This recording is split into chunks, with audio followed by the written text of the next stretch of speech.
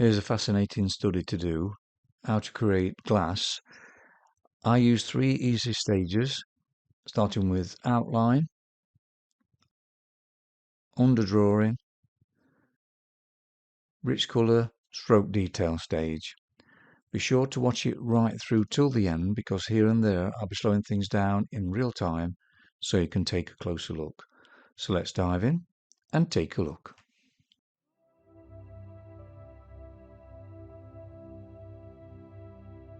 Now I'm using the quarter grid method to draw the outline out, but then I decided that it might be a good idea just to show you again the cross-reference method. So how that is, you can see the cursor. Now you've got a scale across the top, it's scaled up 6 before. Now on the vertical plane here, you can see a dotted line, so you can place your cursor on the top of that area and then you can see the measurement then. And then what you do then is mark it onto your actual board. And then on the horizontal plane, it's the same thing, just marking it up. Just select a certain area here and there, just to help you out with the proportions, and then you can just eyeball the rest of it then once you've done that. There's so many different ways to draw the outline out. You can actually use more of an inch grid, or you can use a projector, trace it. There's all sorts of things you can do, whichever's best for you. But what I'd like to do is just for certain areas, then I freehand the rest, then just eyeball it then, just to see how it feels. But it just gives you that little bit of confidence to know that it's in the right place. Now put the center line straight through the middle of the glass. Now when you view it, it's usually the same on both sides. It's like a flip image. So I'm aware of that, making sure the shapes feel the same, and then adding those little details where all the shadows are. So it's worth taking your time in the outline stage just to get everything prepared for the underdrawing. For the underdrawing, just using 2 tones, the 708 and the white from the Carbothello range. Just going to run through this pretty quick so I can spend more time explaining how to do the colours and subtleties. So I'm using the white, putting more pressure where it's lighter, less pressure where it's mid-tone, and with the grey, more pressure where it's darker, less pressure where it's mid-tone. And what you're doing is just correcting the outline, making a little bit of form there, so it's creating a roadmap from where the colour is going to go on the top.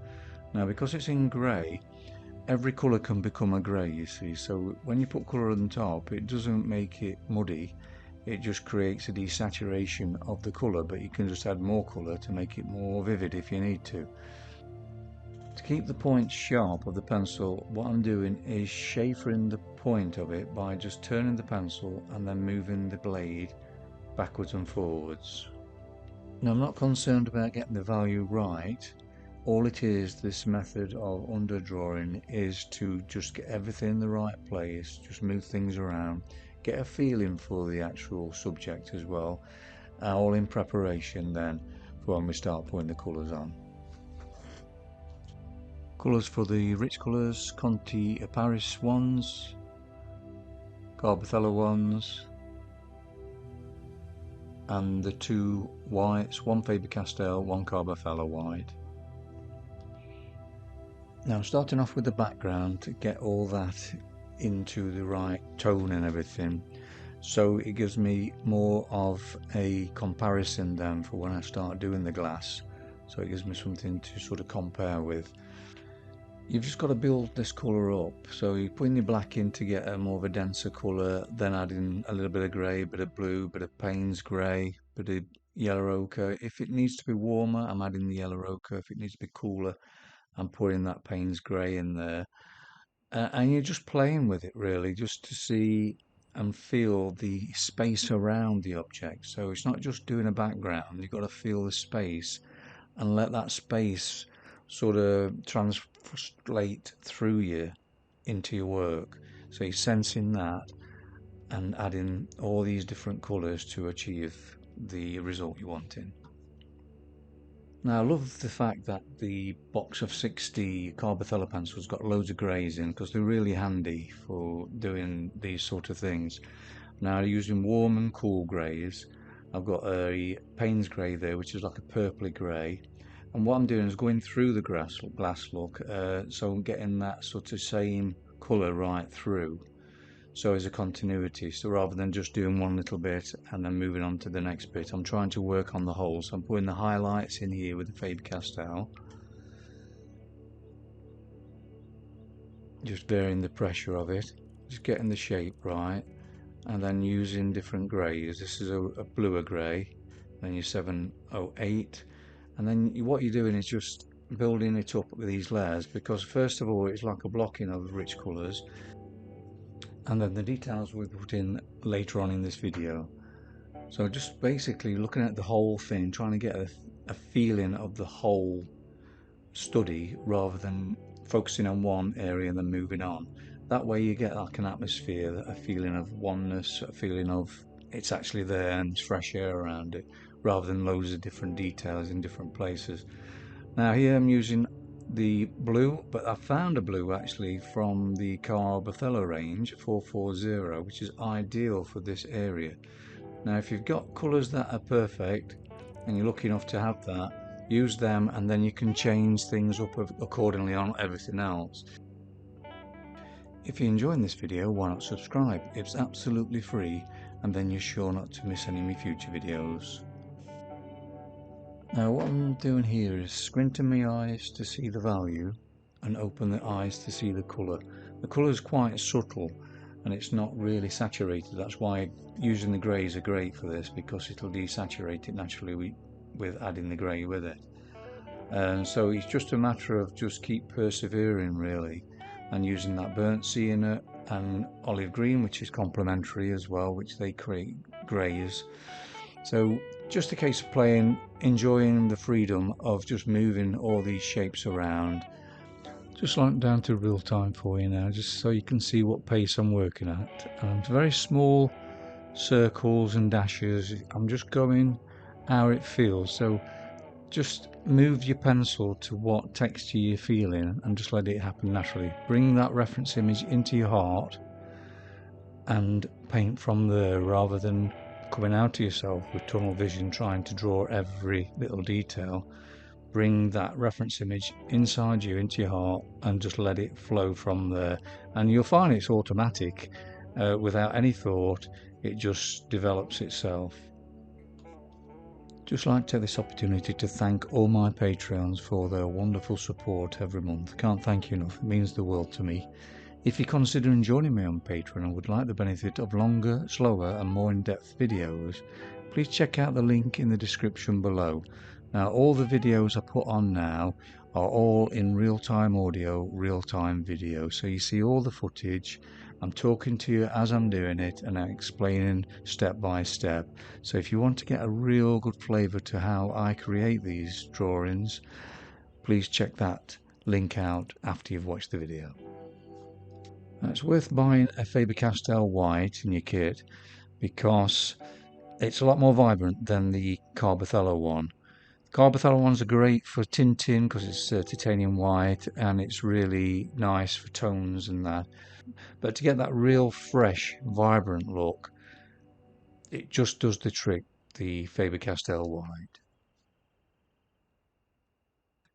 Just got to be patient, and these layers just keep building up, and then the more they build up, the more colour you put onto that. So you're just shaping it all up with the white and the greys, and then I'm using the blue there, the King's blue, and then going over them with the Payne's grey and then the yellow ochre, because Payne's grey is a purpley colour, then using yellow as complementary, so you're altering the subtleties of that sort of purple colour, adding a bit of brown for depth and a bit of black for depth. So you're playing all the time with these tones until it starts to shape up and it feels right.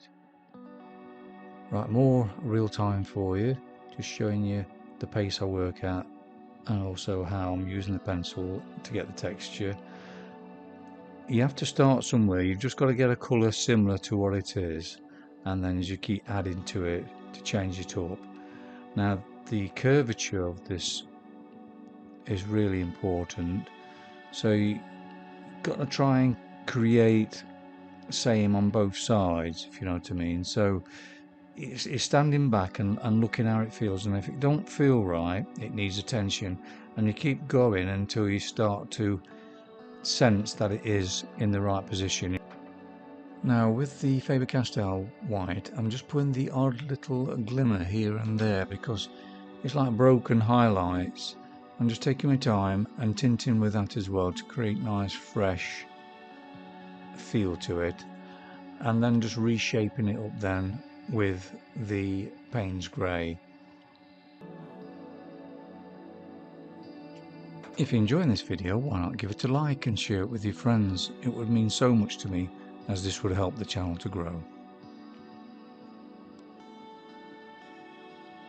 What you're seeing me do now is to just change everything up and putting those subtleties in. So I've got all the area filled, blocked in with rich colours, a little bit of detail, but now it is actually putting that finesse in now. So I'm looking at the whole thing, changing up here and there the temperature. So I'm focusing on temperature, edges, chroma, value, and getting the overall feel for it. So really feel that you can feel the glass is cool and smooth, and have that sense of wonder about it, that you can feel fresh air around the glass. And the more you can feel like that, the more it'll come through you, out of your hands, into your work.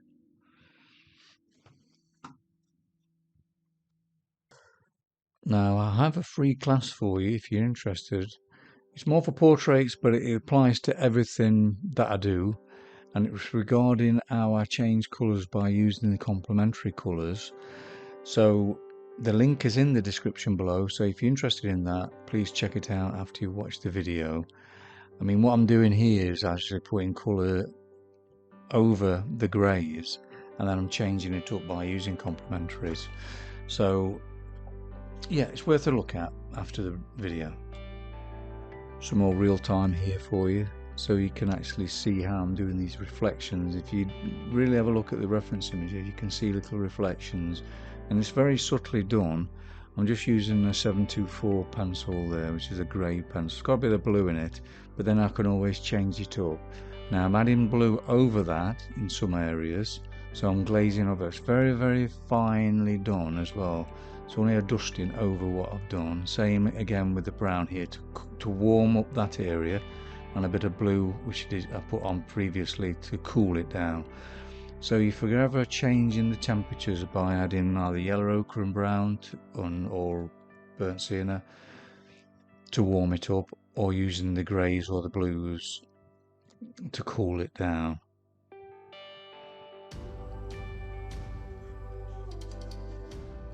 Now the Carbothello black is an amazing black really. It's more of a natural shadow. It not really particularly dead. You know, sometimes when you use black it sort of deadens your work, but this is like a sort of really magic really to work with. I always add something to it, but I'm mixing it in anyway very finely. It's very, very subtly done. Hardly any pressure at all on that pencil, just letting the pastel matte tooth take the pigment from it, just to change it up very, very slightly. Now I'm adding final adjustments here and there, so it's a good idea to take your work into another room, have a look at it from a different perspective, different light source, that always works, or take a photograph with your phone. That brings out imperfections. Looking through the mirror from behind you, that's a great way as well. You can turn it upside down, see how it looks that way. All these little tricks helps you to get that balance. So it's all about getting the overall feel now, and so I'm forever standing back and having a look, and then just assessing it, and then changing it here and there. And it's surprising, these little subtle changes, how it can change the whole mood of your work. Just be aware that some areas are more saturated, so that means it's more chroma, more brighter and fresher. Some areas are more subdued. The temperature, that's something to be aware of as well. And also the edges. Some edges are sharp, some are soft, some are lost. and this is what creates the sort of realistic feel to it. So if you be aware of these things, you start to see them more. Thank you so much for watching the video right till the end, really appreciate it. If you've enjoyed it, please give it a thumbs up and share it with your friends. It would mean so much to me, as this will help the channel to grow. Lovely thing to do, glass. I love anything to do with reflections, really fascinating. It's almost like doing water. So, but when you're doing inanimate objects, I know I mentioned that you connect to people's feelings and everything, but there's always something that you can connect to when you're drawing an inanimate object. You can feel about how it's smooth, the coolness of it. It's always something to sort of imagine how it feels and bring that into you, and then let that transfer onto your work. If there's any questions at all, please leave a message in the comment section below this video and I'll get back to you as soon as I can. But in the meantime, if you'd like to see any more of my work, please check out this video here. Take care, bye.